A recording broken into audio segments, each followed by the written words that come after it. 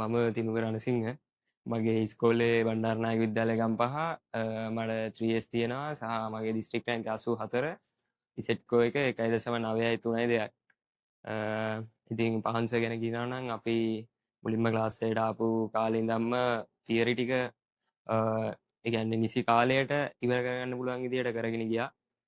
ඒක කිසි ප්‍රශ්නයක් තිබ්බේ නැහැ අපිට මේක තියරි ඉවර වෙනවද නැද්ද කියන එක ගැන. ඒ වගේ මුලින් ඉඳන්ම අපි පොඩි පොඩි පේපර්ස් කරා. ඒ කියන්නේ MCQ වගේ ඒ කියන්නේ මුලින් ඉඳන්ම MCQ පේපර්ස් කරා.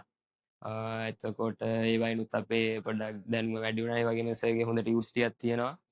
පාඩම් පාඩමට ටියුට්ස් දෙනවා. ඒවත් එක්ක ඒ සර් හදපු ප්‍රශ්න ඒව මේවා පොත් වලින් ගත්ත ප්‍රශ්න සහ අර ගී කියන ගේ පොත කරන්න කියලත් සර් හැම වෙලාවම අපිට කියනවා. ඒ කියන්නේ ඒකේ අභ්‍යාසයට කරගෙන ගියා. ඉතින් අපි මුලින් ඉඳන්ම එහෙම කිසි ප්‍රශ්නයක් තිබ්බේ නැහැ. එතකොට ඒ වගේ තමයි ඉතින් පන්තියේ වැඩ ටික නම් උනේ. ඒ වගේම ඊට පස්සේ අර දිගටම ඔක අවුරුදු දෙකක් තිස්සේ කන්සිස්ටන්සි තියාගන්න එක තමයි එකම දේ. මේ කියන්නේ එන්න එන්න වැඩේ අමාරු වෙනවා.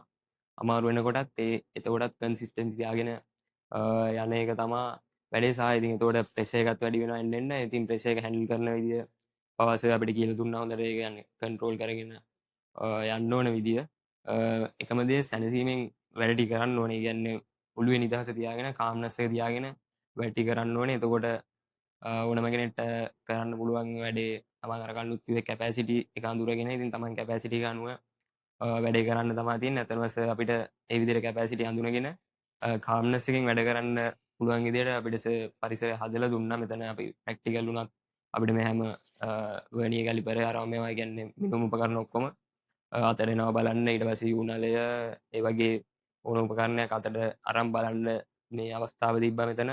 ඒ වගේම පුළුවන් හැම ප්‍රැක්ටිකල් එකක්ම කරා. ඊට පස්සේ ඔන්ලයින් පන්ති වලනුත් ඒ කියන්නේ අපිට නිකන් හිර වෙනවා වගේ නම් තියරි ක්ලාස් එක කරන්න වෙලාව මදි වගේ නම් අනිවාර්යෙන් ඔන්ලයින් එකක් දාලා කරනවා. නැත්නම් වීඩියෝ එකක් කරනවා. ඒ වගේ මේ ගොඩක් හැකියාවන් තිබ්බා මේ පන්තියෙන් අපිට ගන්න. අනික ගෲප් ක්ලාස් එකක් අර හෝල් ක්ලාස් එකක් වගේ ලොකු ප්‍රමාණයක් නැති නිසා එකිනෙකාගේ කියන්නේ එක්කෙනා එක්කෙනාට බැලුවා හැමෝම මේ අපිට ප්‍රශ්නයක් තියෙනවා නම් හැමදාම ප්‍රශ්නයක් අහනවා.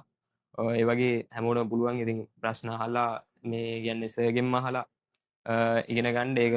ඒක ලොකු වාසියක්. ඒ වගේ තමයි ඉතින් පහන් සර් ඇත්තටම අපිව මුලින් ඉඳන්ම මේක ගන්න අපිට වැඩ කරන්න ඕනෙද කියලා දුන්නා. ඉතින් පහන් සර්ට ස්තුතිවන්ත වෙනවා.